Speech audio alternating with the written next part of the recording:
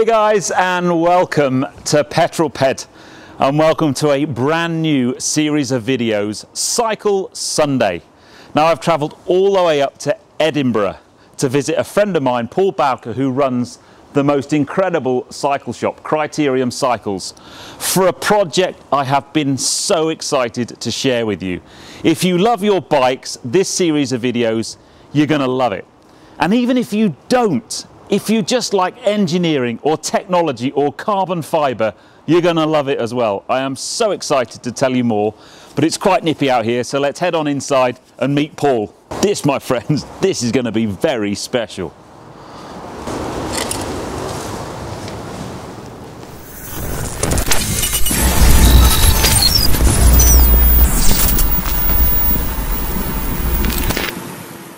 So guys, welcome to Criterium Cycles in Edinburgh, and welcome to Paul Bowker, who is the proprietor of Criterium Cycles. Welcome, Peter. Mate, I'm so excited. Now, bit of backstory here. Paul and I have known each other online for a while. I know we've been exchanging messages for what seems like a very long time. Indeed. In fact, it's probably 18 months or so. Correct.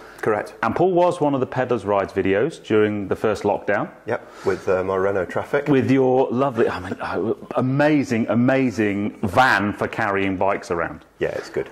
And Paul and I got chatting about how we could work together and do some really cool project together. And very quickly that transpired to basically creating my dream road bike. It's going to be silly. I love my cycling. I've been cycling now for about 12 years. I've done some really cool cycling challenges. Yeah. And I love my bike, and I love all the technology behind bikes. And I know many of you do as well. But the one thing I've always wanted is to have the ultimate bike fitted perfectly for me and just go silly. Yeah. And this series of videos, Cycle Sunday, that's exactly what we're going to do. Indeed. I'm going to tap into Paul's encyclopedic cycling knowledge. Some might call it nerdy. A little bit. But one of the reasons why I think we just ended up in where we stood today is that we both think about things in a very similar way. Sure. You're ex-car trade, so you've spent many years selling high-end cars. Yep. You then gave that up and decided to open a bike shop. We did. and whenever I talk to Paul about bikes, I always learn something. And the more we talked about it, the more I thought this is a great opportunity to help people learn more about buying a bike. Sure. Now, for sure, we are going to build the most incredible bike. Yeah. And I know that is beyond the financial means of many people. It would be like me going and buying a high-end supercar, but the bike will. That's what we're going to do in this series of videos. Absolutely. However, the basic principles that we're going to go through are applicable whether you're spending £1,500 on a bike or whether you're spending a lot of money on a bike. Indeed, absolutely. So we're going to go through that. So the idea is every Sunday, tune in at 6 o'clock, because this is the kind of thing that you're going to see.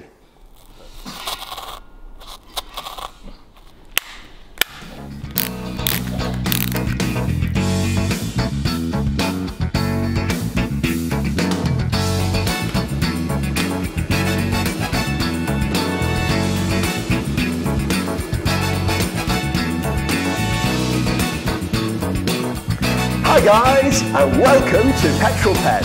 Oi, that's my line. Really nice wheels, by the way. I'll have big ones.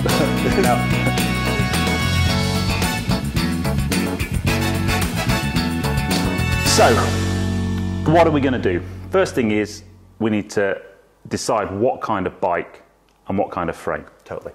Then we need to get the right size. Yep. Then we need to fit it so that it fits me. We've got to discuss the fit, absolutely. Yes.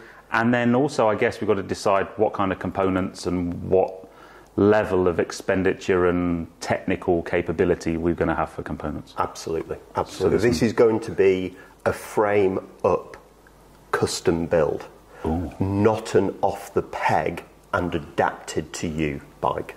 Okay.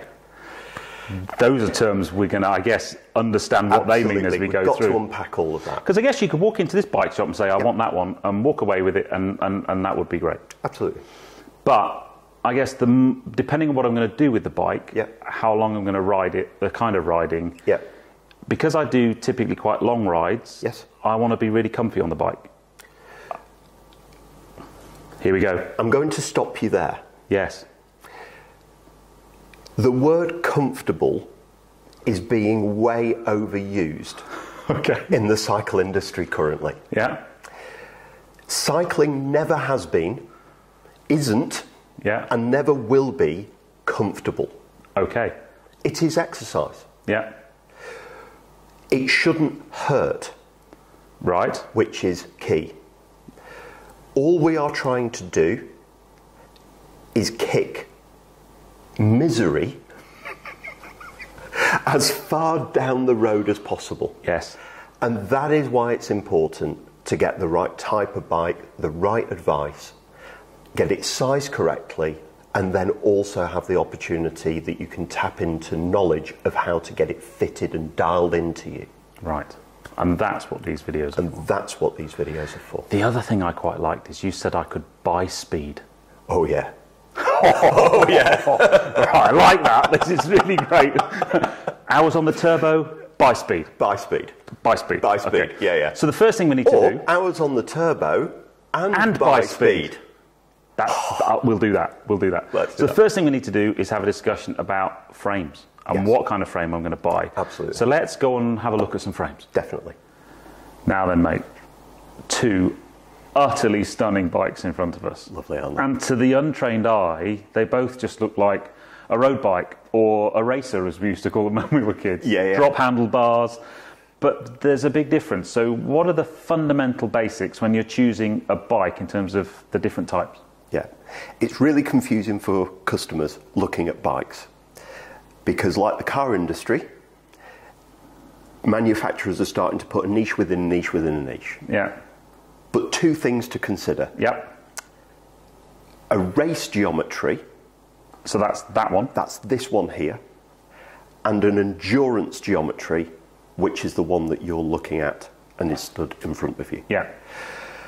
The most important thing is when you see the word race geometry and you go, but I'm not a racer, doesn't mean it's not the right bike for you. It's just a distinction between the two choices. Yeah.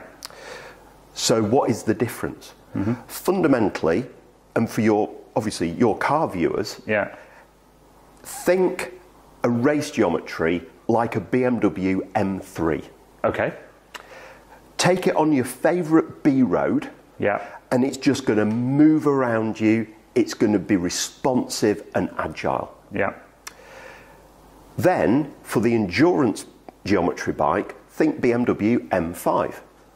Like a GT kind of Like car. a GT. If you're wanting to go from Edinburgh to Stuttgart and not get as fatigued whilst going there, then endurance. So we always like to use the 80-20 rule. What are you going to be using it for 80% of the time? If you're going to be riding the bike for an hour and a half to 2 hours on a Sunday morning when the roads are quiet and you just want to put your day or your week on the road, you want something fast, responsive, agile, going to put a massive grin on your face. Get something agile, responsive. Yeah. However, if what your enjoyment is on that Sunday, you've got the day. That's your day. Yeah. And you want to basically go and do 100 miles, 150 miles. You want to just enjoy being on a bike in the outside, generally on slightly worse road surfaces. Yeah. You'll find that the endurance bikes tend to have more vibration cancelling to them. They're less fatiguing on the squishy organic things sat on the top. Yeah. So you'll get to the end of 100 miles on an endurance bike feeling fresher than you would at the end of 100 miles on an out-and-out race bike. Yeah. Doesn't mean you can't do 100 miles on one of these, and it doesn't mean you can't enjoy an hour's blast on one of those. But it's just an appropriate style of bike for what's going to suit you. Now, for me, Yes. so my current Venge, Yes. I bought purely on aesthetics.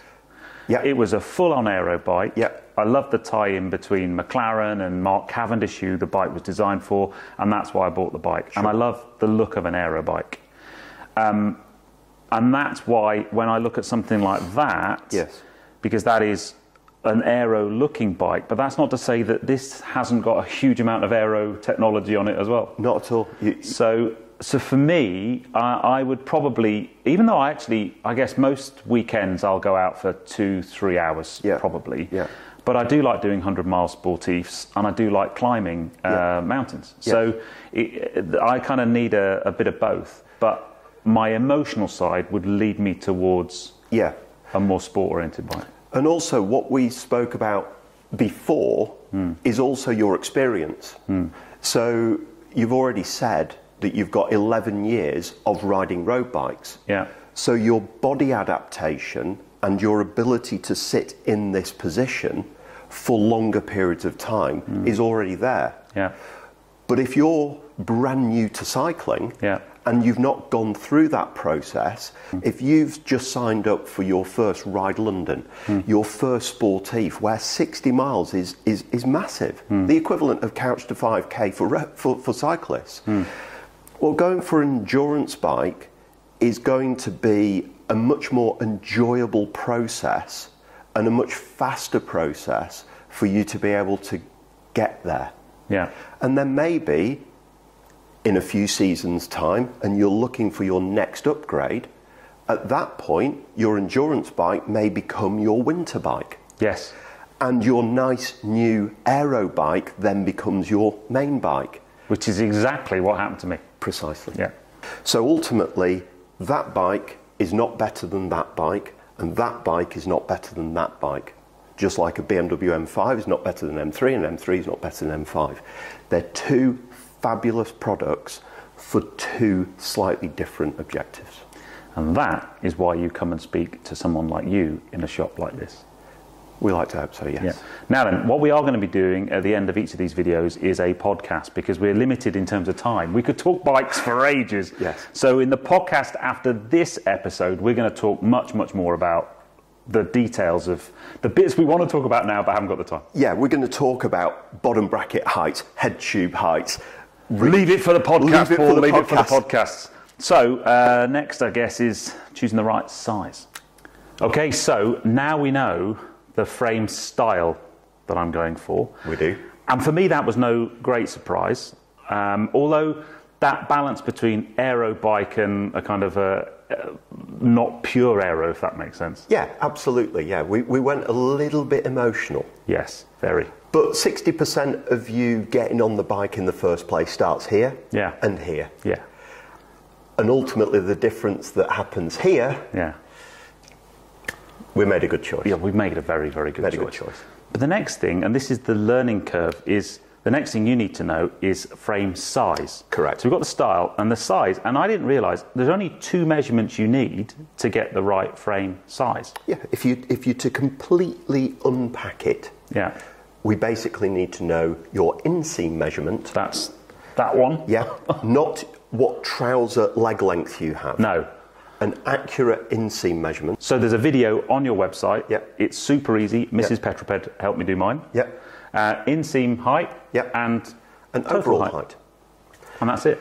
And that will give us a starting point as to what frame size that you're going to need. Now, it is important to note at this point that sometimes an individual can really be a borderline between two frame sizes. And then a conversation about riding style, experience. Do you want a bike that you feel perched on or a bike that you feel more sat in? We need to have that conversation. And then sometimes we do need to get people in the store if we're right. We just don't know. Yeah.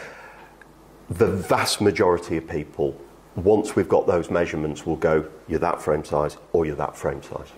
And that was the case for me. Indeed. Oh, yes. Yeah, very long legs.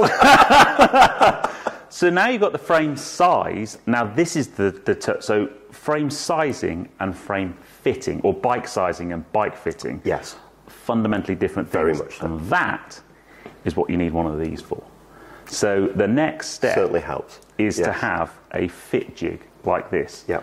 So in the next video, yep, we're going to go through what you now need to do to me on this instrument of torture to get my frame. Yes. And then all the components you're going to put on that, handlebars, correct, cranks, saddle, seat post, pedals, all of those things, we're now going to choose for me, not off the shelf generic. Correct. And that ultimately is what is going to make this bike your bike. Yeah. But again, I think it's important for all of your viewers to know that if you were to walk into a bike shop, walk into our bike shop, and you have a certain budget, you have a certain requirement, always remember that an off-the-peg manufacturer will fit components based on a global average of that height of rider on that frame size would require that bar width and that stem length. And all the rest of the components that go with it. And then the customer can then choose whether they then want to be dialed into that bike by changing a few of those components or just going to ride it. But this time, we're really going for it. Yeah, and that's the important thing. If you're coming in for your first bike, there's a lot of body adaptation. So ultimately, a rider who's never had a road bike before, and we're talking road bike here, we do mountain bikes and everything else, but we're looking at road bikes specifically for you. You may never have had a road bike before. You might have come from a hybrid bike or a mountain bike. So your body has to adapt to being in that new position. So coming in and getting fully fitted and set up on a bike with no adaptation to your body sometimes can not be the best thing to do. But getting the right bike with the right frame size and getting used to riding in that position is really, really important still. Yeah. So that leads us on to the next video, which is getting me fitted. Or so you thought. Oh, really? Tell me more. Well, we've already got your measurements, haven't we? Yeah, I sent them through to you a couple of weeks ago. Oh. Well, guess what's arrived from Italy? Now there's a clue. From Italy. You got my frame? Frame might have arrived. Should we have a look at it? Yeah. Go and get my frame, man. Go and get my frame. Go, go, go, go, go. I am so excited. Here he comes. Oh. Here we go, Peter. Mate, that is unbelievable. It's so light. So, you may well have guessed, we haven't on purpose said what brand. Yep. But I have a deep, deep passion for Italian cycling brands. Yes. And of them all, yes, Bianchi indeed is the oldest. The oldest, 1885, Edoardo Bianchi. Yeah, 1885, Edoardo Bianchi started the Bianchi Bicycle Company in Milan. Wow. And to this day has been in continuous production. Wow. Yeah. So this is a Bianchi Ultra XR4. Yep. So this is a tour bike, although this is a disc bike, so we're going with discs. And on the tour team, the factory team, they ride they ride rim rigs. Yeah, absolutely. So we're going which disc. Again we'll unpack that as well. We'll talk about that a bit later. For me, if you're buying a Bianchi, there is only one colour, and this is the colour, and it is Celeste. Celeste, well done. Yeah, not Celeste blue, Celeste blue. But even that's a great story. So yeah, there's a lot of old wives' tales. Yeah, and there's nothing that is documented as absolute truth. Yeah. However, the one that I love that they talk about when you go to the Bianchi Museum, is that obviously back when Edoardo Bianchi started the company, Italy had a royal family. And Bianchi supplied bikes to the royal family. Which is cool. Which is really cool. And they were commissioned, Edoardo Bianchi was commissioned to make a bike for Princess Margherita. And Princess Margherita apparently had pungent green eyes. Wow. And you've got to go back to those days. We didn't have Dulux paint scanners and that sort of stuff. It's sort of like lead paint and mixing it, right? So, because I've never seen any eyes that colour. No. But this was the colour that Edoardo Bianchi produced, which the paint code, for all you nerds out there, is CK16, and was presented. The bike was presented to Princess Margherita, and the royal family was so overjoyed with the thought that they basically gave Edoardo Bianchi the use of using the royal crest, which they still do to this day on the front of every Bianchi head tube. It's really nice. So there's loads and loads of... We'll go with that story. We'll go with that story. If you get that story at the Bianchi factory, then that's the story we're going with. It's just lovely. Yeah. This is a work of art. Yeah. We're going to talk much, much more about the technology that's in this piece. I mean, and why, when you choose a bike and you choose a frame, why the frame is so important. Very much so. It's the foundation of the bike. Yeah. Yeah. So that's it for this video. Absolutely. So you need to tune in to the next episode of Cycle Sunday to see where we're going to go with this bike. I have a feeling I'm going to get some Lycra on very shortly. Yeah. But the build of this, we've got so much to add to this. Very much. Very much. But it is a stunning piece of technology. Absolutely. So make sure you like, share and subscribe. I'm going to put all the details to Criterium Cycles below. A website and social. Make sure you follow these guys. Tune into the next episode. Brilliant. But that's it for now. And for this series, ride safe. Ride safe.